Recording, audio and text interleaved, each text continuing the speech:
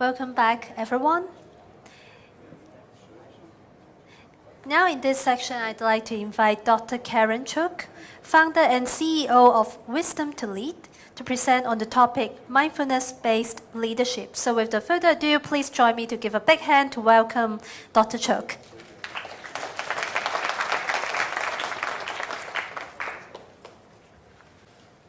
So I'm really excited to be here. I will be talking about mindful leadership. So let's begin.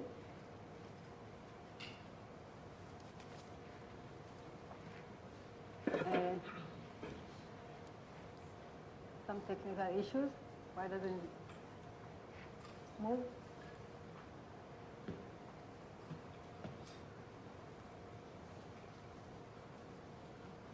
What is it? Okay. So in the 20 coming minutes, I want to show you my perspective, the ability to better manage our self-relationship and work in order to gain better results and innovation. I should stand here. It's also speak with a lecture, amazing lecture that was before. I feel it's really connected. So I want to introduce myself, not because I'm narcissistic, I see myself all over the slide, because I really believe I am the tool to bring the knowledge and wisdom that I bring into the organization world and the world. So in the last 18 years, I have my own company. I have an organization consulting company. I really need to read for a moment. Okay, from the beginning. In the last 18 years, I'm organization consultant. I'm working with leading firms to lead change and promote process, mainly with senior management teams. I always worked from a place of mindfulness, although I didn't name it like this. I done a PhD, I conducted a case study in a high-tech company in Israel. I was there for 2 years. And my leading question was, what is the role of the leaders in creating financially successful organization alongside motivating the employees for meaningfulness, self-transcendence, and intrinsic motivation in order to enable them to fulfill themselves, be creative, and the organization to be innovative. I found a lot of things, but the main thing I found that mindfulness is a crucial element of the new leadership, and the mindful communication is a central tool for leading innovative organizations. As I said, I always worked from a place of mindfulness, and my own practice, coincidental, I started practicing meditation 15 years ago. Then I didn't connect the dots.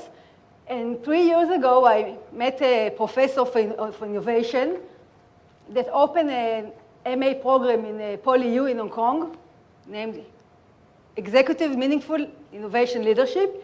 And he opened a 30-hour component of mindfulness, and he invited me to lecture there. And then I started lecturing, and I understood that mindfulness will be the central tool I will bring to organization in order to help them embrace this state of mind and tools. And I wanted, as I said, I always worked from a place of mindfulness, but I really wanted to scale it because my vision is really to change the business world from the inside out. So based on that, I decided to develop a course based on my academic background, my professional experience, and my personal experience. And I've developed a mindfulness-based leadership course, which I facilitate in global organizations like Checkpoint, Variant, high-tech companies in Israel and abroad. So this is my story and my connection to the issue. So let's start. The lecture will be divided to 3 parts. The first part, I want to introduce you the main challenges that I see of the leaders nowadays. The second part, I will elaborate on what is mindful leadership and a little bit what's happening in the field of the organization. And I will conclude with the benefits of the mindfulness as we present it in the organizational world. So let's start. Just a minute.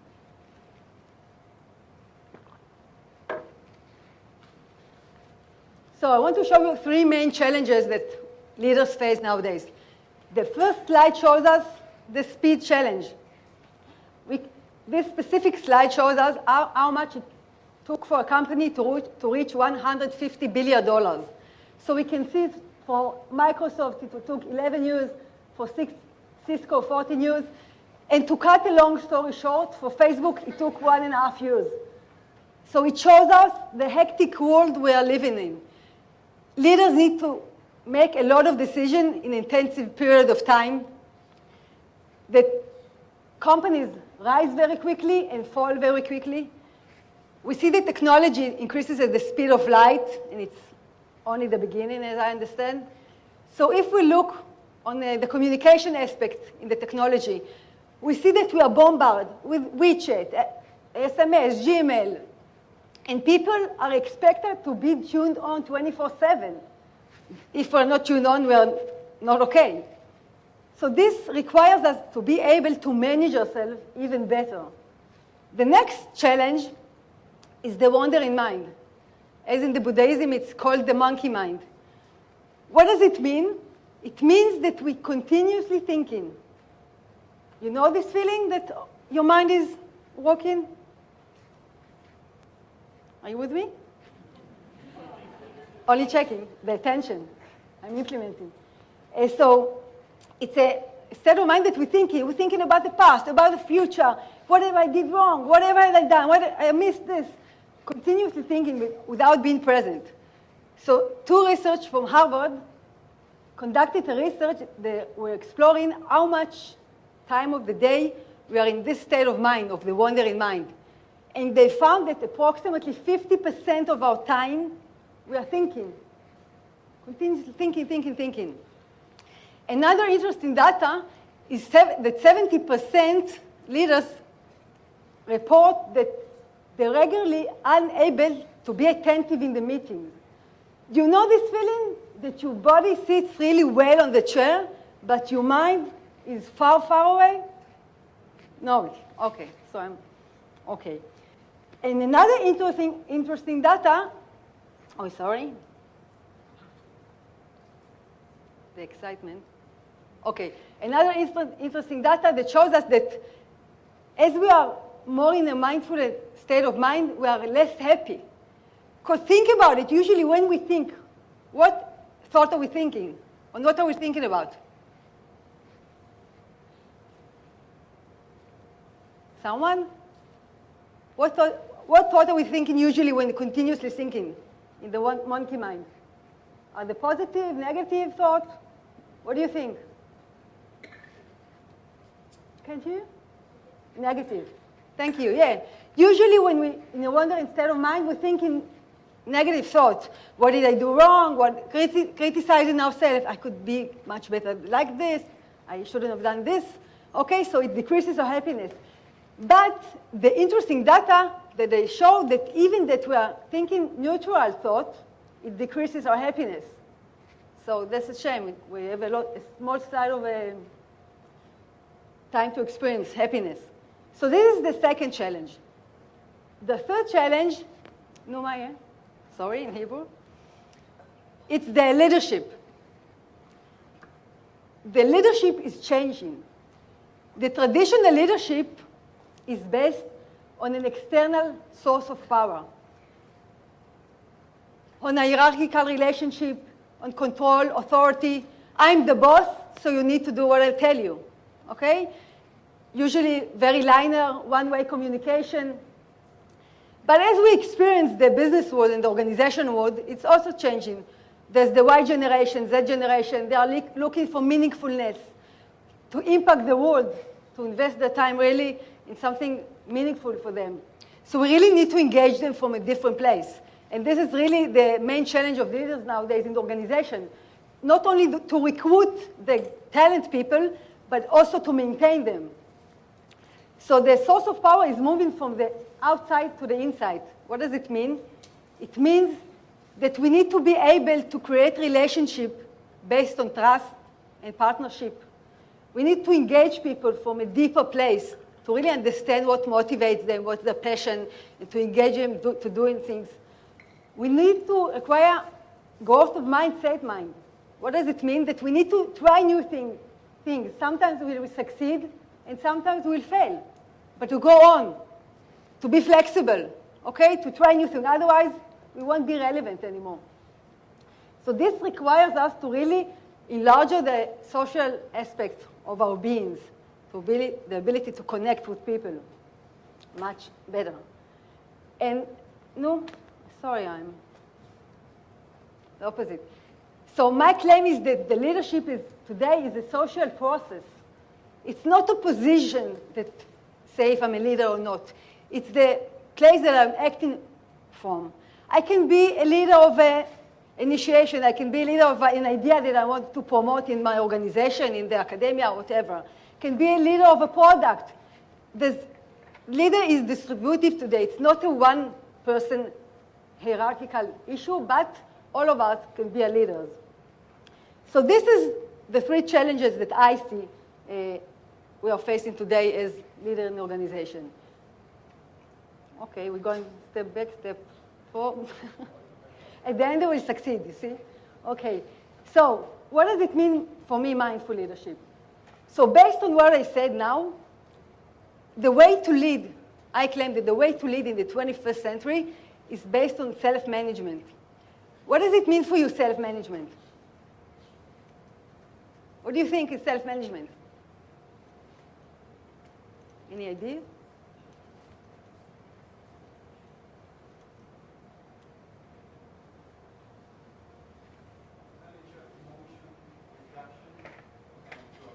Thank you very much. Actually, it's managing our internal world, the ability to manage our thoughts, our emotion, our time. I believe each and every one of us know a manager or a leader that tends to set a meeting but is late for his own meeting. That's not a good model. I'm sorry, no? Okay. And what I claim that the foundation of self-management is mindfulness.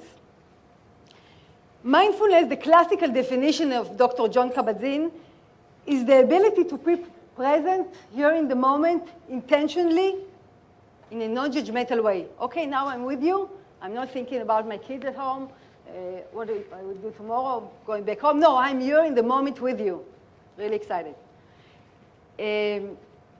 So in my research, I found, I want to give you my viewpoint of mindfulness because this is my unique viewpoint. It's connected to the classical, but as an additional thing. So for me, mindfulness is the ability to be aware of an experience that I'm going through.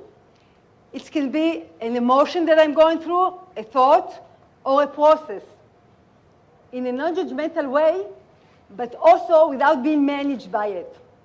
Let me give you an example when I experienced it myself, and I had an enlightenment that this is really needed in the organization life.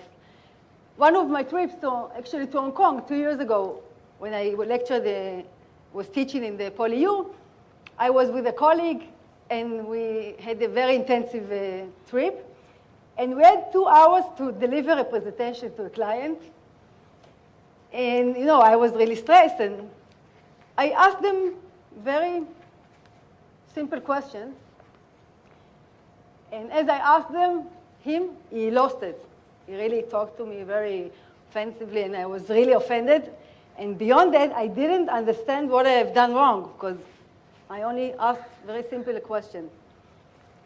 And at this moment, both of us were smart, and we said, okay, let's meet in an hour. As I moved away, I took a deep breath and really tried to understand what was here, because I really didn't understand beyond the fact that I was really offended. And then I could understand that it's really stressful, because I understand that my way of dealing with the stress is talking and asking questions and making sense of my time. And he didn't talk, and at the end, all his stressfulness and emotions managed him. So then I could choose my behavior. I said, okay, it's not that I was offended and I ignore it, no, but I chose how to act. I said, okay, we want to succeed with the presentation. In the coming hour, be professional. Let's do the work. We don't need to be the best friend, but we'll be professional. And after the presentation, we'll sit and talk. And we'll have a meaningful conversation. And that's what was. So we only succeeded with the client in the presentation. And afterwards, we had a really hard conversation, really meaningful conversation. It wasn't easy at all. But in a paradoxical way, it's deepened the trust between us, because we really talked about the things. So as Viktor Frankl say, his definition of mindfulness is the space between stimulation and response. As we broaden this space, we have a free choice to choose our behavior. Then we can gain the result that we want. So for me, this is the definition of mindfulness, really being able to increase our self-awareness and not being managed by the situation, by the emotion, by our thoughts. Moving back and forward. Nice, I succeeded now. So now I want to show you the 3 characters I found in my research of the mindful leadership. So the first one is, I said right now, is the ability to be mindful. The ability to be present in the moment, also connected to my narrow experience, or again, thought, feeling, or thought, and the ability to connect to the broader picture. The ability to move between these 2 realms each time and to choose my behavior, this is for me mindfulness, state of mind of mindfulness. And the interesting thing that we all know, that I can be today in the situation and a week from now in the same situation. But if I'm really acting from a mindful place, I won't act in the same way, because the situation is not really the same, and I'm not really the same. But usually when we're not mindful, we're acting out of our automatic behaviors. So this is the first characteristic of the mindful leadership. The second, got it. It's the ability to embrace the tension. As we are more mindful, we are able to be present and to embrace opposite forces in order to enable a new solution to emerge. The organization world, the modern world, consists of various tensions. For example, it's the tension between the long term and the short term, the tension between quality and time to market, between the needs of the employee and the needs of the organization. So as we are more mindful, instead of closing the gap, the tension, and moving on, recycling what we always done and not accurately to the situation, we are really able to stop, to be present, and to listen deeply to what is right now, and to really hold this tension. It's not easy. As we talked before, it requires us to be able to be in a place that we don't know the answer, that we need to really embrace sometimes negative emotion and really be in a place that we sometimes don't like to be. Like, for example, I gave you with my conversation. It was really not very positive, but at the end it was positive, but it required me to be in the unknown, to be able to create meaning through the conversation between us. And in contrast to the modern paradigm, they're talking about managing through control and planning. No, the modern paradigm talks about creating meaning through the reality at the end of the day. So as we are more able to be present, we can hold this tension and enable new and accurate and creative, usually, solution to emerge. And the last component is the intention of the leadership, where I claim that mindful leadership means wanting to serve the development of the employee, the community, really want to develop new product, new service in order to serve the clients, not thinking about how money I will do it with it, from it. I will do it, but it will be the byproduct of it. So let me give you an example from the field. I just came a month ago from San Francisco. I was attending a wisdom conference. It's a conference that combined the mindfulness and the technology. It's the 10 years that they are arranging this conference. And there's like 3,000 people each time. And this time I was really excited because there was a panel of chief of mindfulness in organization. This issue is really, time's up. That was quick. You didn't give me, I have 10 minutes? Okay, so, sorry, maybe you need to speak with me afterwards because I need the time. So I was talking with the chief of mindfulness of LinkedIn. He developed this job for himself in the last 6 months. I was surprised because he calls it chief of mindfulness and compassion. For me, it's the same because we are more mindful, we are more compassion. And he said a very nice thing. He said mindfulness is compassion in action, actually. And he talked about it that they are thinking about themselves as LinkedIn, not how we can be a company of $10 billion, but how we can create more jobs for people. Not how many people clicked on our website, but how we can make more connection between people. And the VP sales set a meeting of all the 5,000 employees and told them, I don't want you to sell product only for the money to finish the quota. I don't want it. You need to accurate the service. I'll move quicker. And another example is SodaStream. I actually only heard the CEO talking. It's an Israeli company, global company that makes sprinkled water by the technology, without the bottles.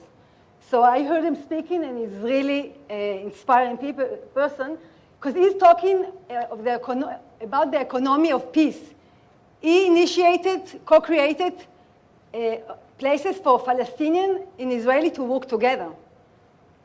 He's talking about sustainability because he don't want bottles that ruin the environment. So we can see that this state of mind is starting to get into the business world. So let me elaborate a little bit more about organization. So as yesterday we heard about Aetna. Aetna is a big insurance company in the United States. The COO in 24 went through a crisis event, life event. He was in a ski and he had an accident and he almost died. And he didn't have any choice but to start practicing mindfulness and yoga, and it really helped him and saved his life. So then he decided to bring this program to the organization. So in 2010, they brought 2 programs of mindfulness to the organization. Till now, he claimed that more than 13,000 employees went through these courses, and he claims that it increases the well-being, and it increases in 12% the productivity of the employee in a year. So it's really beneficial for the company. Google has a rule of 70, 20, 10%. 70% do what you're required to do. 20% produce new solution, new product, whatever you like, and 10% acquire new skills for yourself. So there was a guy named Mantan. He was the 106th programmer in Google, and he decided to initiate a mindfulness program. So we went to Top Guns, to Dr. Daniel Goleman in emotional intelligence, to teach Nathan in mindfulness, and they initiated program for Google. So people are waiting 6 months in the line in order to get to the program. I won't elaborate because of the time, but we can have a full presentation only on what's happening in companies. This is what people say about the programs. It really increases in 40% the ability to pause before we act, to solve difficult questions, clarity in decision-making, eliminate tasks, and so on. Sorry, but I'm moving on. Also in the technology area, we see that there's increased apps that promote the mindfulness aspect. Headspace is a really known application. The guy who founded it was a monk in a monastery for a few years, and now we initiated this startup. They raised $30 million for the first 2 years. They have more than 11 million times downloads and more than 400 paying subscribers. So we can see that it's really going on also in the technology world. And I move into the last part. So the benefit of the mindful leadership, we can see that also the Ivy League universities are having research about it. Harvard, UCLA, Stanford, etc. There are more than 4,000 published scientific studies that support that mindfulness increases our health, our happiness, and our brain. Our brain, does it mean making it more flexible and increasing our neuroplasticity in order to be able to change and grow. So based on this, I developed my course. really enabling to people to increase their self-awareness, the ability to create more meaningful relationship, and to increase the ability to perform better. I'll go over it quickly. To increase the self-awareness is really being able to get out of our automatic behavior. Each and every one of us has automatic behavior. Automatic behavior can be that I'm all over the place, I'm negative to all opportunity that I have. There's a colleague in my workplace that touches my button, and every time I see him, I can't bear it. Okay, so the ability to be mindful that this automatic behavior and to choose to act differently enables me to gain different results in what I want to achieve. It's increased, the resilience, decision-making, and also the emotional intelligence, a bit of compassion for ourselves and others. And it increases our mental strength, enables us to be more focused. And in the end, it enables us to be more in a flow situation, that this is my vision for organization. There's a guy, I don't know how to say his name, it's really complicated, Maching Nata. His research is 25 years about flow. Flow is a state of mind in which we are really immersed in the situation. We really need to be in the moment, present. We're really losing the time and space and a feeling of a disruption. And we're really energized from what we're doing, and at the same time, we're really enjoying what we are doing. So for me, this is a solution for the Y generation, for the X generation, that when we are more mindful and present, and we combine the doing and the being, we can be really productive, really efficient, and really enjoy and feel fulfillment of our doing. Thank you very much. Thank you very much, Dr. Tsuk. So now next I'd like to invite Professor T. Endo, visiting professor of the Hong Kong Youth Center of Buddhist Studies, to present on the topic, is Buddhism responsible for the economic backwardness of Buddhist nations? With special reference to Sri Lanka. Okay. So please put your hands together to welcome Professor Endo.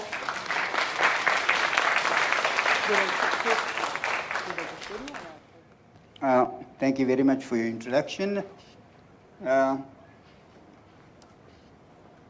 I think I have to make some excuses at the beginning. In the first place, I'm not an economist. And I'm looking at this problem purely from Buddhist point of view. Because my specialty is textual studies. So now, second excuse I would like to offer is that I'm not Sri Lankan, as you can see. But one justification I can offer is I was in Sri Lanka for about 25 years. I did my studies there, particularly Theravada Buddhism, and my focus here is on whether Buddhism could be held responsible for the economic backwardness of Buddhist nations.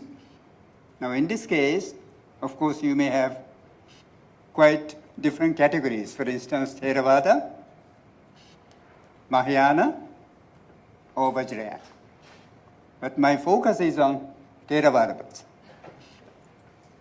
Since, as you can see, a subtitle with reference to Sri Lanka, which is one of the leading Theravada Buddhist countries.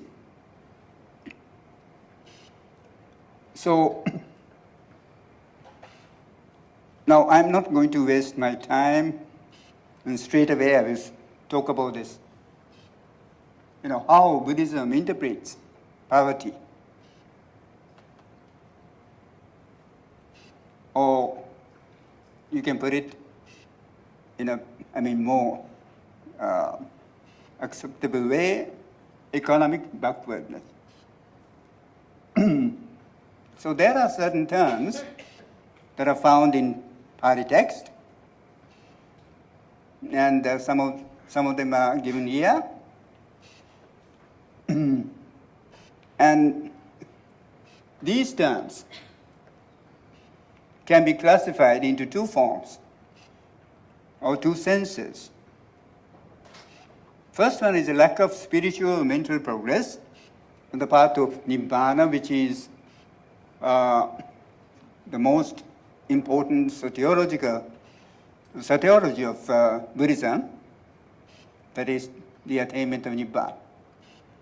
That is to put an end to suffering, or dukkha, as Buddhists call them. Now, in this case, some of these terms, like daridda, in Pali, has a sense of, spiritual or lack of spiritual or mental progress. Now, we are not concerned about this because we are purely materially, economic backwardness of a nation. So the second one is relevant to us, that is in the sense of economic or material backwardness.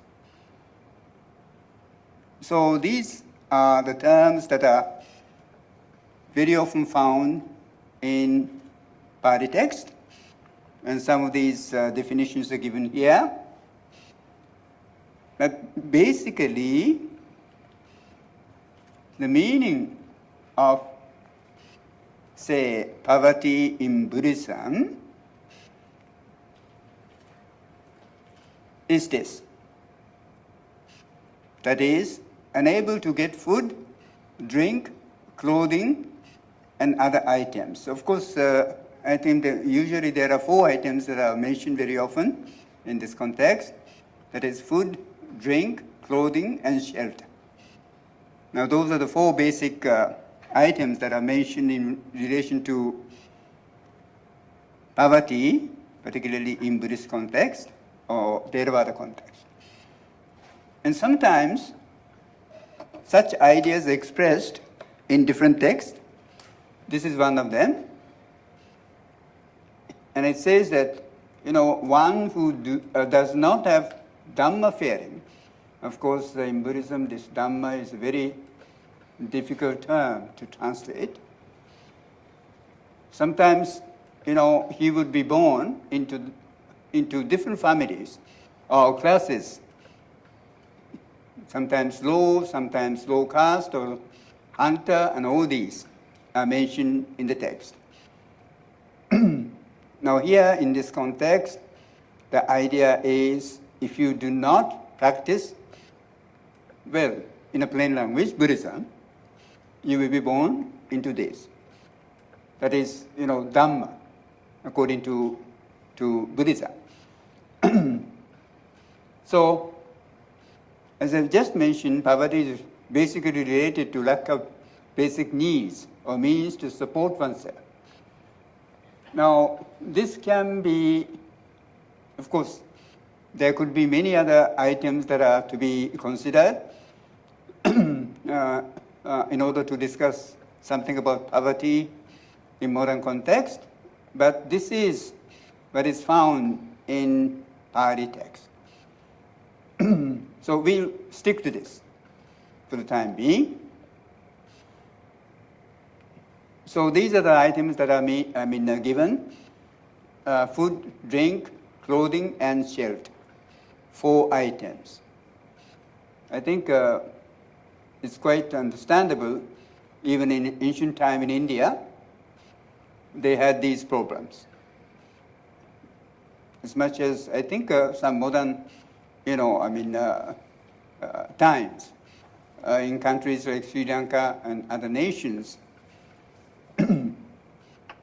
By the way, I must confess that if you talk about Mahayana Buddhism or Vajrayana Buddhism, you may have different perspective. But here I'm talking about only Theravada Buddhism. So you cannot have any generalized or standardized application of this concept. So I'm just giving you as an example of how people in Sri Lanka feel about their poverty. So in Buddhist texts, now there are certain items that are touched upon by the Buddha, and his disciples on Buddhist attitude towards economic activities. Basically, you know, these are the activities that should be beneficial mutually, that is the doer and the Sangha. Sangha is the community of monks. Now this relationship is very important in Theravada context. And if you analyze it very carefully, the driving force on the part of the lay people to do some economic activities is in relation to Buddhism, of course, to provide provisions for the Sangha and particularly, the monks to look after them materially, and also the monks themselves in return have to give some sort of occasions or opportunities to the lay people to accumulate merit. Now this is the basic relationship between the Sangha, the community of monks, and lay people. So all these Buddhist attitude towards economic activities are centered around this basic idea. Of course, other, economic activities and the benefits are given, such as if you associate with virtuous men and keep upright in morality and performs meritorious deeds, then such a person will accrue grain, money, good name, reputation, and comfort. Now these are, of course, standard saying or statements made by the Buddha in the text. And also, there are certain things which are endowed with which one is able to obtain wealth that has not arisen, and the wealth that has arisen will increase. Now, these are the very standard, the statements that are found in the canonical text. And also, the attitude of lay people are touched upon in some of the texts, such as Sigarovada Sutta of the Digha Nikaya. This is a very interesting sort of, the reference. Some people say that it is too cold, it is too hot, it is too late, it is too early. Or I am hungry, or I am too full. By dwelling on so many excuses for not working, you don't make any more money. And the money you already have runs out. So, certain sort of behavioral patterns that are seen among the lay people are used as examples to illustrate how bad they are, and the opposite of this is that you should be very diligent, industrious, to make money. Now, in Buddhism, of course,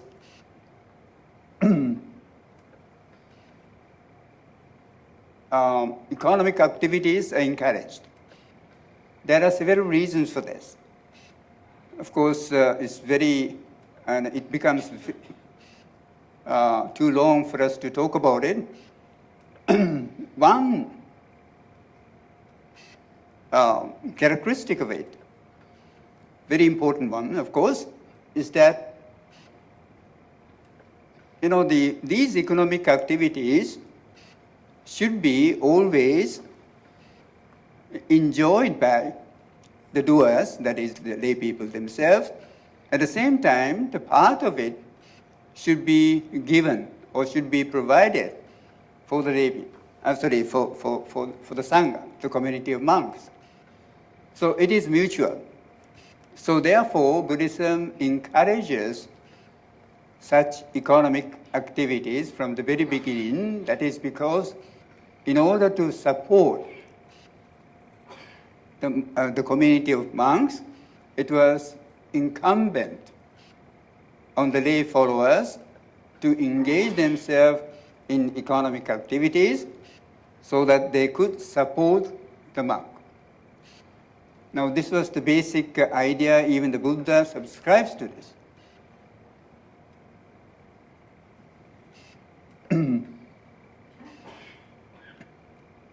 Now, coming to this poverty in Sri Lankan context, there's a famous, very well-known sociologist come anthropologist, Professor Nandasena Ratnapara, who has, done a survey on the state of poverty in Sri Lanka. And he analyzes that these are the items that can be regarded as standard list. One is 3 meals a day. Second one, 3 pieces of clothing for each member of the family. Land with irrigation facilities.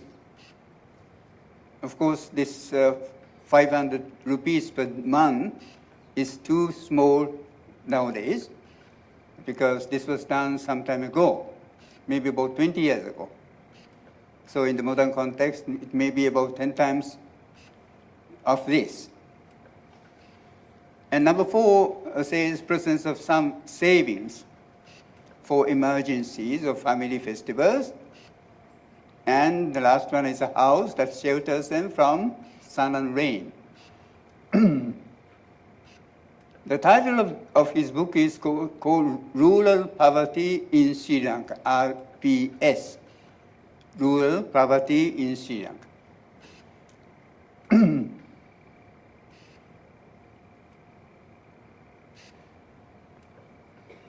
And he gives in another place a list of 10 basic needs to gauge poverty in the same villages.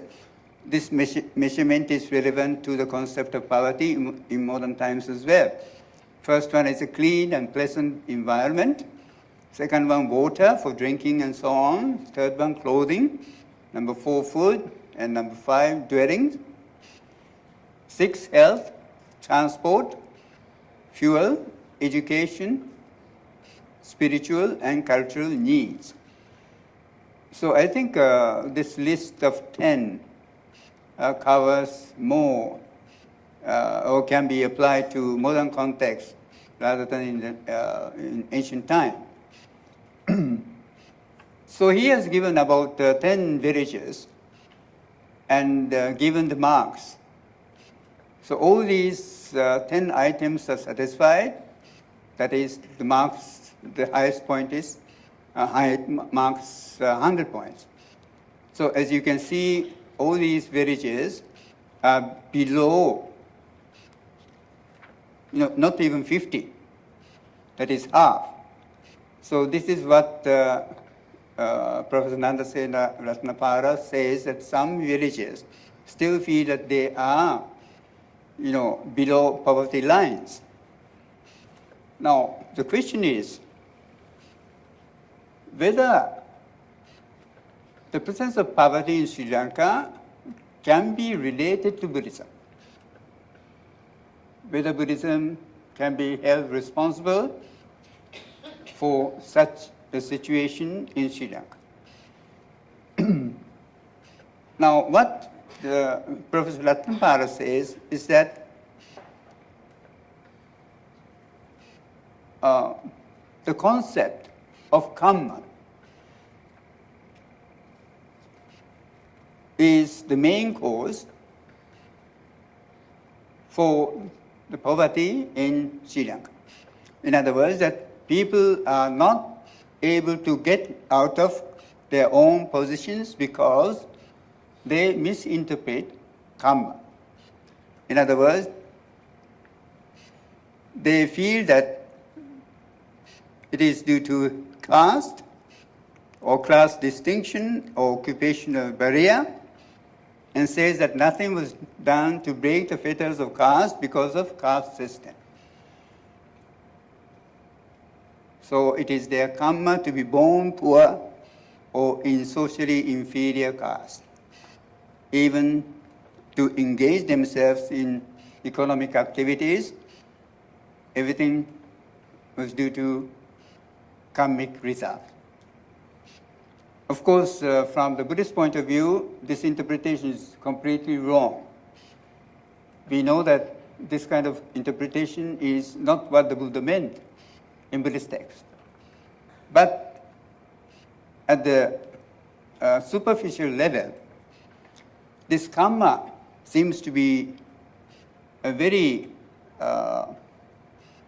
complicated and tricky concept. And sometimes people misunderstanding this might think that it is nothing but fate or kind of determinism. So therefore, they have to accept their poverty and social position as one of inevitability. And the worst part, according to Nandasena Ratnapala, is that under any condition they cannot improve. Now this is what is, I think, the problem that they are faced with.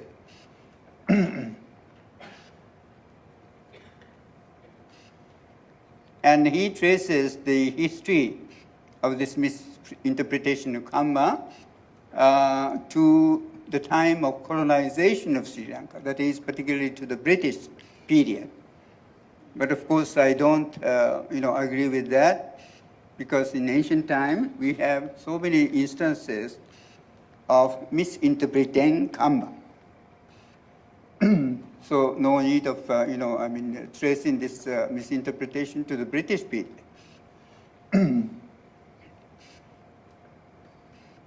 And this is one. Second part is that the misconception of giving is also something related to this karma. Now, I will give you a situation where a poor person,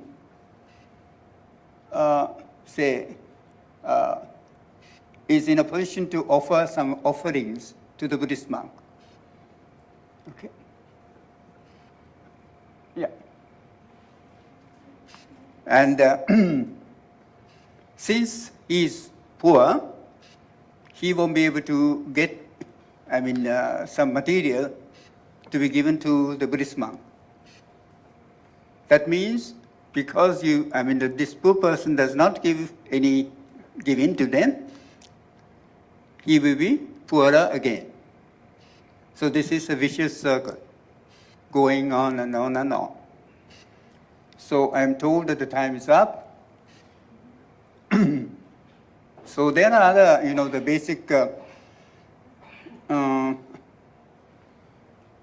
ideas that are coming from Buddhism for the economic backwardness of a Buddhist nation, particularly in this case, Theravada nation, such as, the 5 precepts, or what we call right livelihood in Buddhism. So under this category, there are 5 kinds of trade generally condemned for lay disciples, such as trading in arms or human beings, so that is slaves, killing, intoxicating drinks, and poison. So some of these items that are mentioned in Buddhist text may become some hindrances. For instance, fishermen. Fishermen are never Buddhist because they engage themselves in killing fish.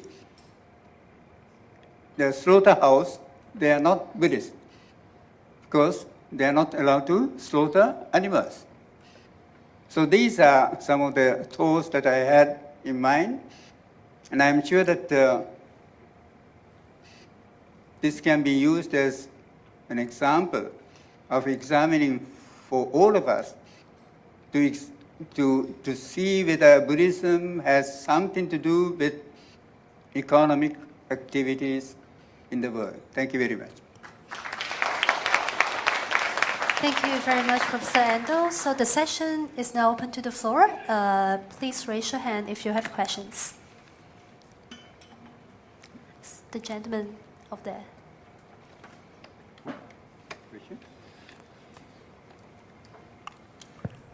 So sorry. So just to get clarity in what you're saying, are you saying that? Oh, sorry. Yes, sorry. Hello. Are you saying that some problems that are happening in Buddhist nations are due to a misconception of Buddhist ideas, and that Buddhism actually shouldn't be a contributing factor to poverty? No, I'm not saying that, but I'm just making a suggestion here for thought that is Buddhism, or can Buddhism be held responsible? Now, because when you look at some of the Buddhist nations in the world, you have Theravada, as you know, Mahayana, and Vajrayana. Now, those are three categories. Particularly in Theravada context, you find this problem. So I'm not saying that, it can be due to Buddhism, but Buddhism as a religion may be one factor that we should consider as, contributing to economic backwardness. Okay. Is that okay? Well, no, that's what I was wondering. I understand what you're saying now. Yes. Right? Thank you. Any more questions? Feedbacks?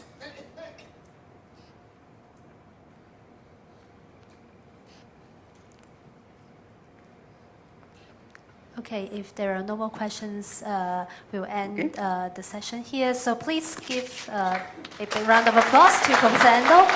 Thank you. Can I take this?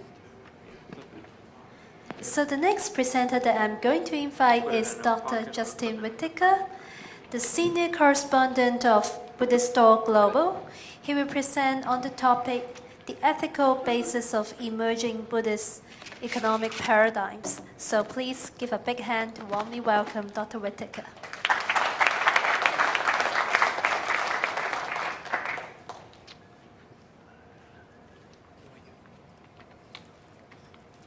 Can everybody hear me? All right.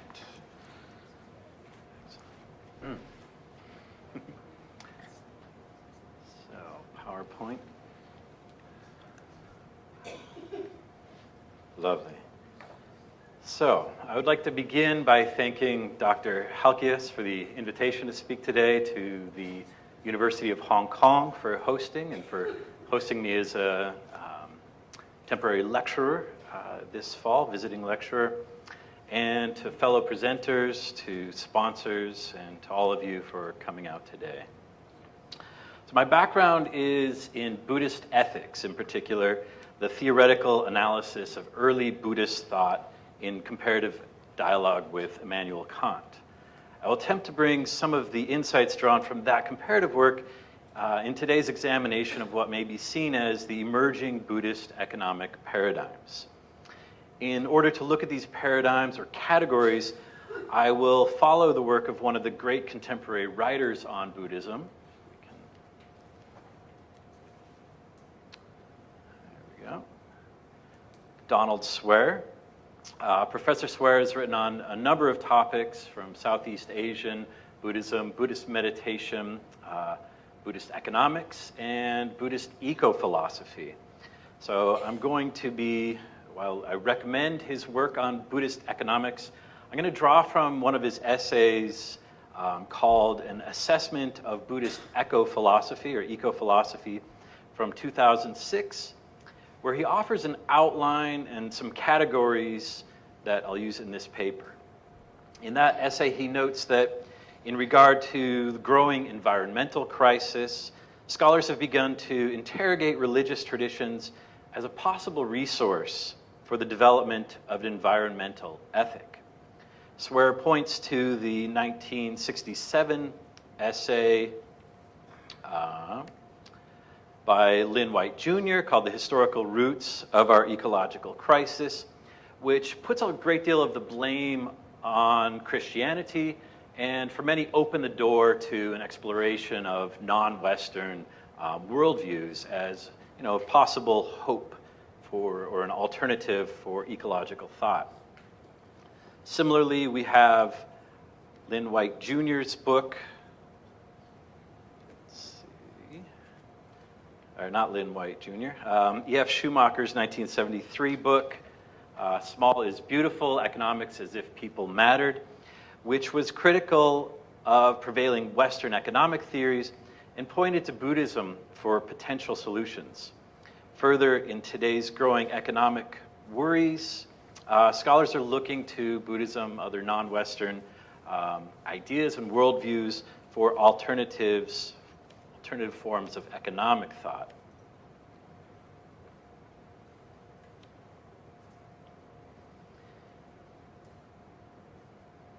In his work, Swear creates a five-fold taxonomy, which I will follow in terms of Buddhist economic paradigms. These are the holistic apologists, critics, constructivists, ethicists, and contextualists. In this taxonomy, like Swear's, the categories are suggestive rather than definitive. They are, as he says, for heuristic purposes. I also observe that there's a large amount of crossover in discussions of ecology and economics. We've seen many this weekend among contemporary Buddhists. For example, Claire Brown has noted the clear connection between our ecological and economic crises. Likewise, the activist and philosopher David Loy has written in his latest work, Eco-Dharma, Buddhist Teachings for the Ecological Crisis, that, quote, as we begin to wake up and realize that we are not separate from one another, nor from this wondrous earth, we realize that the ways we live together and relate to the earth need to be reconstructed too. That means not only social engagement as individuals helping other individuals, but finding ways to address the problematic economic and political structures that are deeply implicated in the eco-crisis and the social justice issues that confront us today. So clearly drawing on, or at least pointing to, economic issues as fundamental to our ecological crises. Given this, I hope that the taxonomy that I'm borrowing from Swear, as well as from various ideas drawn from the more mature academic discipline of Buddhist ecology, can better illuminate the field of Buddhist economics and help show a clearer path forward for others interested in this fascinating area of study.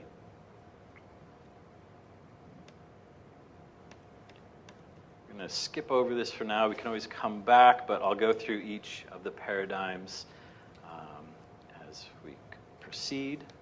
So the first is the holistic apologists. Apologists for Buddhist economics are those who hold that ideas and ideals in Buddhist thought extend naturally into the economic realm. This idea sets out to present Buddhist economics in a systematic and holistic manner as a clear alternative to prevailing worldviews.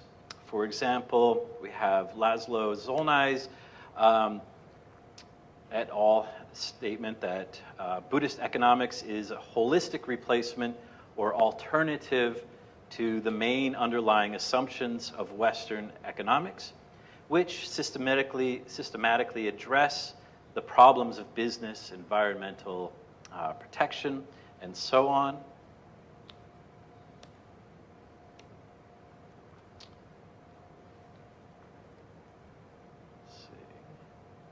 Additionally, Claire Brown has written that Buddhism teaches that we are interdependent.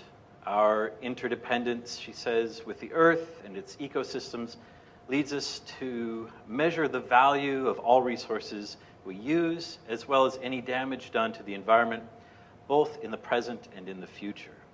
This language very closely mirrors that of ecological Dharma apologists. For example, from Alan Hunt Bodner in Dharma Gaia, he explains that with nearly identical language, that Buddhism is fundamentally ecological, along with the language of interdependence and ceaseless change, helping us transfer naturally the ideas of Buddhism into our contemporary concerns. Swearer notes that these terms are used to appeal to a non-dualist ideal among Buddhist eco-apologists, emphasizing a human nature of connectedness and mutual concern.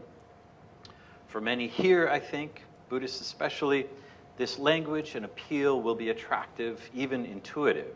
So it is best to move quickly on to the second paradigm where it is most strongly critiqued. So these are the Buddhist economic critics. Swearer notes that the critics of Buddhist eco-apologetics contend that Buddhist fundamental documents lack any explicit discussion of what today we would label environmental ethics for today's quintessentially modern ecological concerns.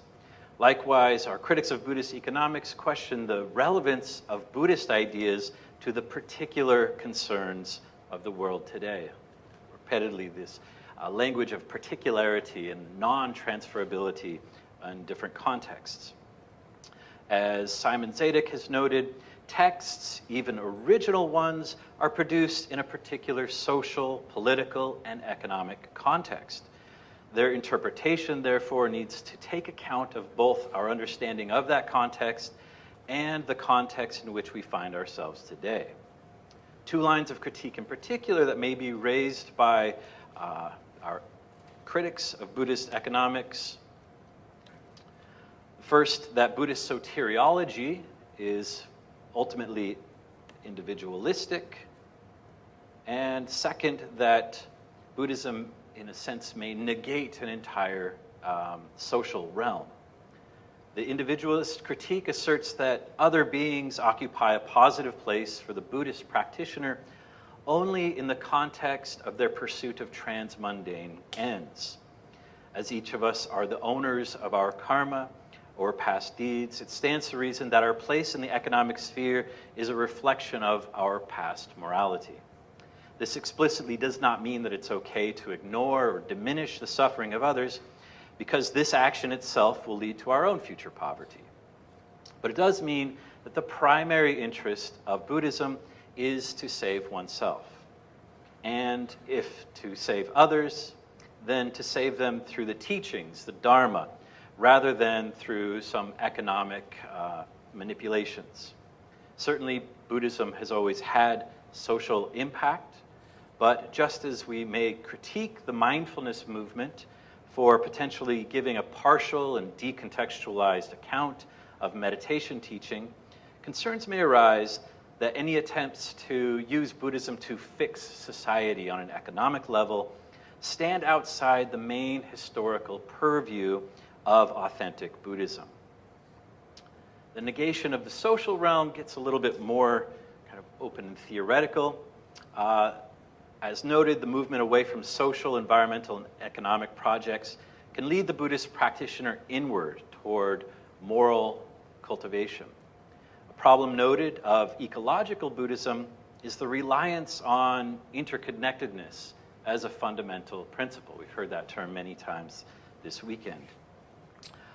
The scholar Ian Harris has critiqued this idea as fundamentally dysteleological. He says, particularly of Huayan, Indra's net, this image in which all things are connected to all others, that it cannot account for purposive change since it conceives the realm of conditioned things in symmetrical terms. Conditionality, so understood, implies the full equality and mutuality of interpenetrating entities. Again, this sounds very intuitive and nice until he follows out this logic. Consequently, it negates a social and eco-activist agenda, for if everything depends on everything else, then the black rhino depends on the hydrogen bomb, the rainforest on the nuclear waste dump, and so forth. So it kind of flattens our moral sphere. And when we want to enact an agenda, we have to say, some things are good and worth preserving, other things need to be removed, where he says this idea would instead maybe invite us to, see the beautiful flowers in the toxic waste dump rather than act to remove them. So this term, dysteleological, that he uses will be new to some. It refers to the negation of a telos, or a goal, in the Buddhist system. Put simply, Buddhist teaches that life is suffering, that we are in samsara due to our ignorance and aversion and desire. However, the Buddha identified the cause, thirsting, trishna, and offered a path to the cessation of suffering, that is, a telos. In a world of complete interpenetration of things, this clear direction, or even duality, between suffering beings and those who have achieved awakening is lost. However, I find especially intriguing that Swearer concludes his section on the eco-critics with another quote from Harris, one in which he exculpates the apologists a bit and suggests that they might be doing the same reviving and revitalizing work that Buddhist practitioners and scholars have done throughout history. He says consideration of the genesis of Buddhist economic, in his case Buddhist ecological thought, and of its activist program suggests that it shouldn't be characterized as a deviation from traditional norms, but that it should be seen as an example of vigorous tradition, engaged in a healthy process of reflexive apologetics. In other words, this kind of apologetics that we're doing in economics, and those before us have done in ecology, is part and parcel of the Buddhist tradition. So the result of critical responses to Buddhist economics might simply be to curb one's enthusiasm about the grand holistic approach a bit, and to see even oneself as a theorist or an activist as within a particular context, to add a little self-reflexivity to a process of otherwise broad abstract theorizing. Indeed, Swearer draws from Harris's conclusion that rejecting eco-Buddhism as a sham supermarket religion poses its own problems from a broader historical perspective.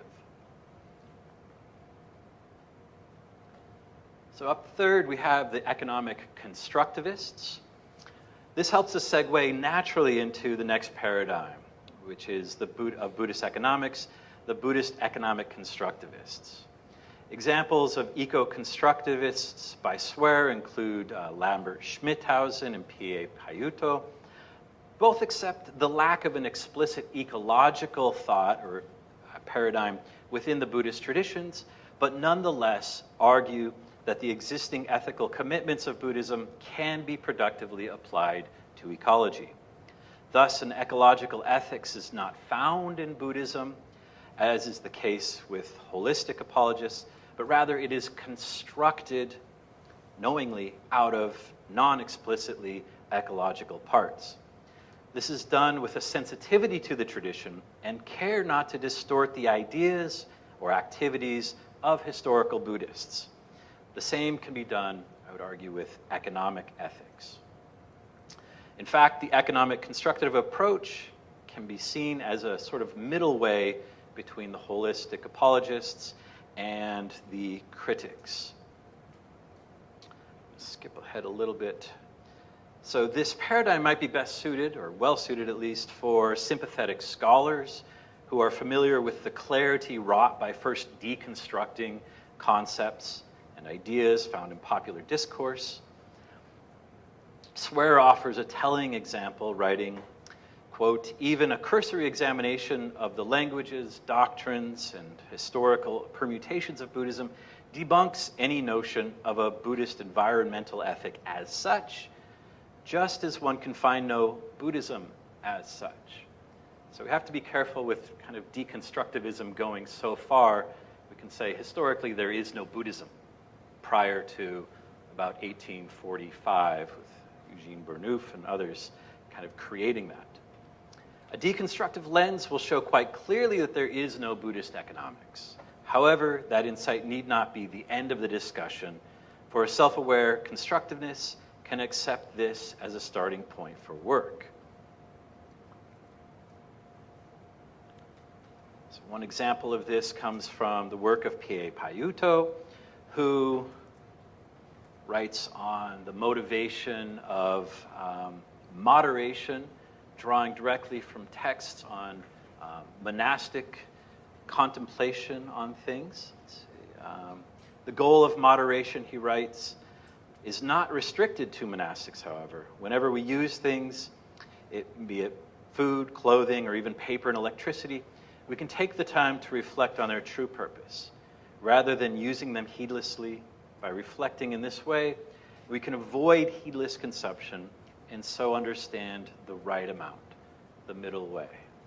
In this way, he shows sensitivity to the tradition, drawing out the historical texts, discussing the motivation behind them, and applying them to our contemporary issues.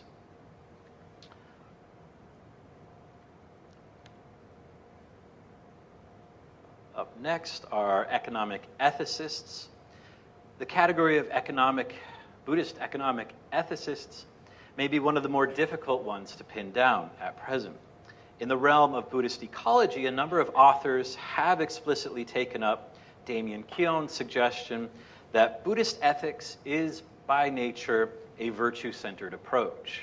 So it comes into the cultivation of oneself. Namely David Cooper and Simon James with Buddhism, Virtue and the Environment, and Pragati Sanhi's Environmental Ethics, a Virtues Approach.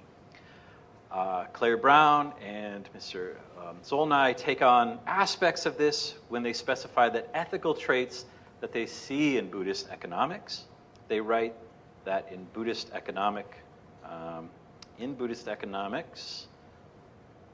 that might be a future quote, people are aware of enlightened self-interest based on interdependence and thus are altruistic. Firms, businesses care about the well-being of workers, customers, shareholders, and community.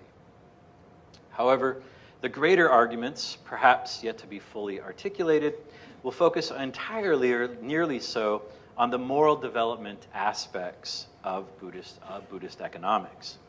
The key for this paradigm is a shift away from abstract constructs or societal structures and toward human agency. Professor Knut Ims indicated this paradigm well in his presentation yesterday, bringing to the forefront the virtue ethics embedded in the Buddhist tradition as a worthwhile parallel to Western traditions such as deep ecology, as personified by Arne Næss, which have offered sustained criticism of capitalism for at least 50 years. He writes, the ideological challenge is mainly that of appreciating life quality, dwelling in situations of inherent value, rather than adhering to increasingly higher standards of living. There will be a profound awareness of the difference between big and great. So ideas arising from Buddhist ethics can here be applied to an economic sphere. However, also, as pointed out by Professor Ims with his discussion of the clothing maker Patagonia, these approaches to Buddhist ecology tend to exist within prevailing capitalist economic systems, and as critics worry, they may only serve to propagate these systems, offering a perhaps wiser, kinder capitalism. This brings us to our fifth final category, the economic contextualists. This final paradigm for Buddhist economics is economic contextualists.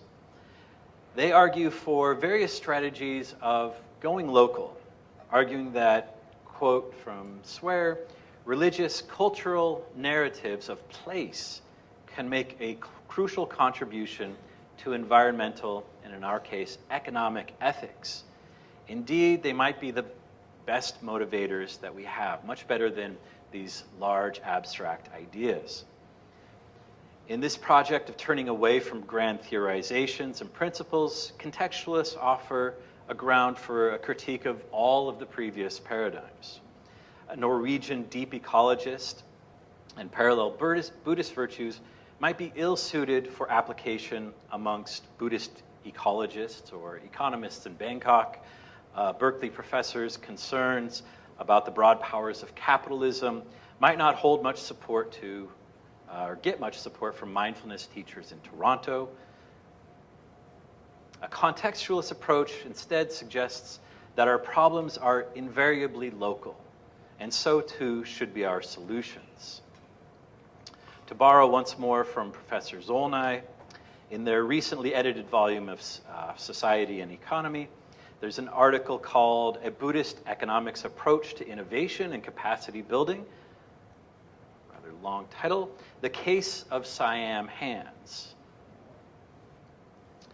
There we find a case study where, to quote them, responsibility in the for-profit activities of Siam Hands, a business in Thailand, helps teach workers that moving toward the higher truth of spiritual interdependence is not an abstract ideal, but a practical reality. So really bringing it to on-the-ground practices. In the West, this has also been done by members of the Western Buddhist order, now Triratna, with their initiatives in transforming work.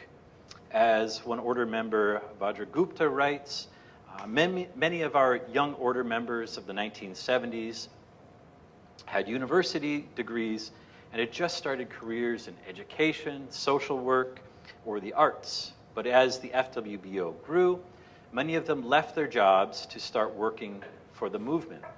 A number of cooperative businesses were founded in order to create an economic base to show how Buddhist values could permeate all areas of life and society. So economic contextualist approaches, like the ethicists, may eschew many of the broad theoretical attempts that can seek a universal character, and instead point to small-scale systems of Buddhist economies that can serve as examples for others.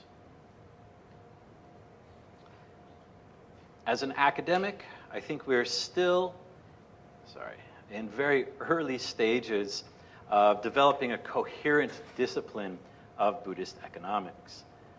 However, I share in the sense of urgency voiced by several times this weekend, that we must each do what we can to create, advocate for, document, and understand this new and emerging phenomenon. Will the Buddhist economics we see here and in the future be an authentic Buddhist economics? As we have seen, the same question is asked of various developments in Buddhism itself, in Buddhist ecology, and other attempts that Buddhists have to assert themselves in spheres that they hadn't in the past. I hope that this paper has shown that we can turn toward scholars and historians of Buddhism for, if not answers, then some helpful taxonomies of ideas that can be used in further development of Buddhist economics. Thank you. Thank you very much, Dr. Whittaker. So we welcome any questions and feedbacks. Anyone?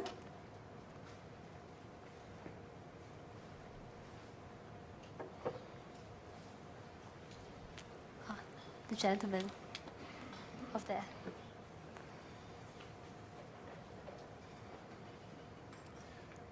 I'm just wondering, considering the last presentation we had in context to whether Theravada Buddhism was what was creating the poverty in Sri Lanka, and then looking at these different models, I mean, it's kind of a big question, but is there a way to maybe put in context your thoughts on some of what you discussed and then the perspective that was just discussed with, in regards to maybe the misconception of Dharma or how that fits into poverty in Sri Lanka?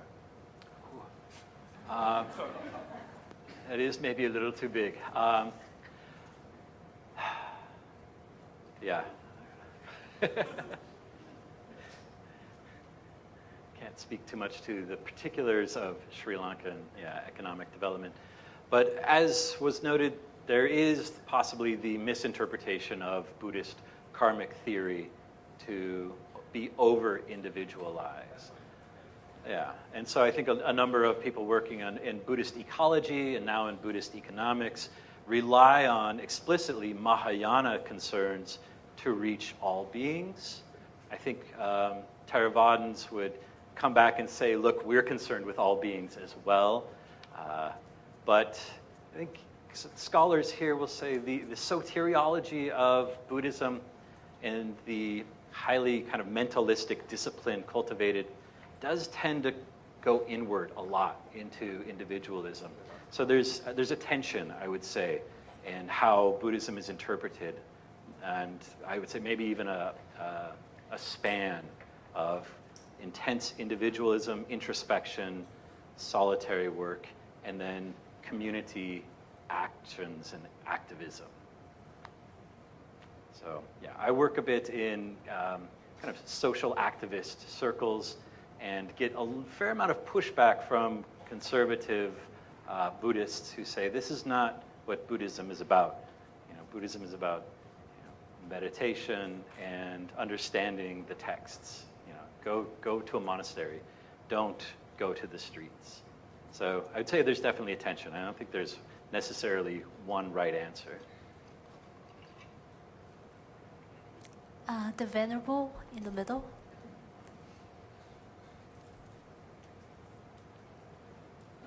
Just to, I guess, respond to your questions, I guess.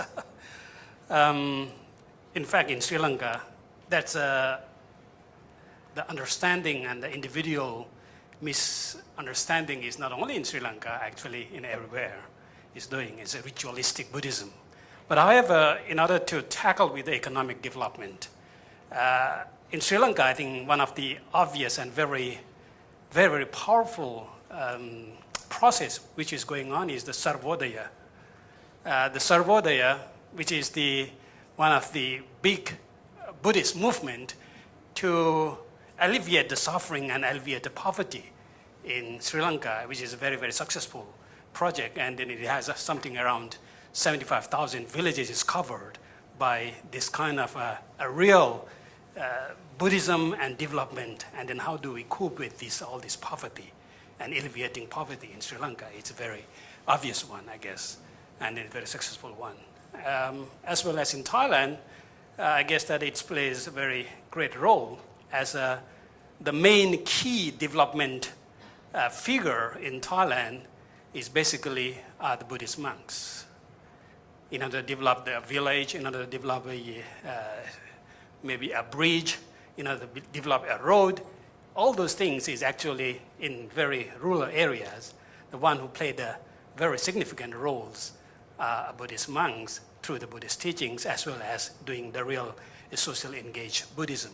So in that sense, I guess it is not only the individual misunderstanding, misunderstanding of those teachings, but in fact, there is another figure, another part, where you can see the very full engagement, which is doing for the, what we call is, for the benefit of many, for the happiness and to alleviating the world suffering. Yeah, Thank you for your feedback. Yeah. So, yeah, your turn, Raymond. Thanks. Speaking in support of the Venerable, and speaking as a Mahayana Buddhist myself, there is a great risk for, I might say, those of the northern tradition, including Mahayana and Vajrayana, to become sort of snob bodhisattvas. We must be very careful to not construe or overemphasize the dichotomy between what has historically been seen as the path of the Arhat and the path of the Bodhisattva. This is historically questionable, and also it's started off as a Mahayana polemic. And it's not something that the Theravadins would take seriously. So therefore we have to, there are tensions on both. So for example, in Sri Lanka, I also back up with the fact that they are the most progressive when it comes to Theravada ordination of nuns. Sri Lanka leads the way in the Theravada world in regard to that. And I think Thailand offers some very good thinkers when it comes to socially engaged Buddhism, including, I think, some movements from the Thai royal family. I don't remember which king it was, but I think it was actually the previous the previous king, who really sort of did his best to alleviate rural poverty. This is not to say that so I think when it comes to we really need to avoid generalization. I think that's just a general point I'd like to make. But also, perhaps in the future we'll need to bring more. We'll need to have more conferences where we're operating more as a sort of like a pan-Buddhist kind of movement. Rather than, the more business-minded among us talk about silos, right? And now we're sort of leveling those silos. I think when it comes to ethics and economics, maybe in terms of schools and traditions, we might need to, level our silos as well. Thank you for the inputs from the floor. So, any more questions? If no, please give a big hand to thank Dr. Whittaker. Thank you so much. And now we are going to have a tea break for about 30 minutes. Please help yourself with some vegetarian refreshment outside the hall. And please be back at 4:15. Thank you.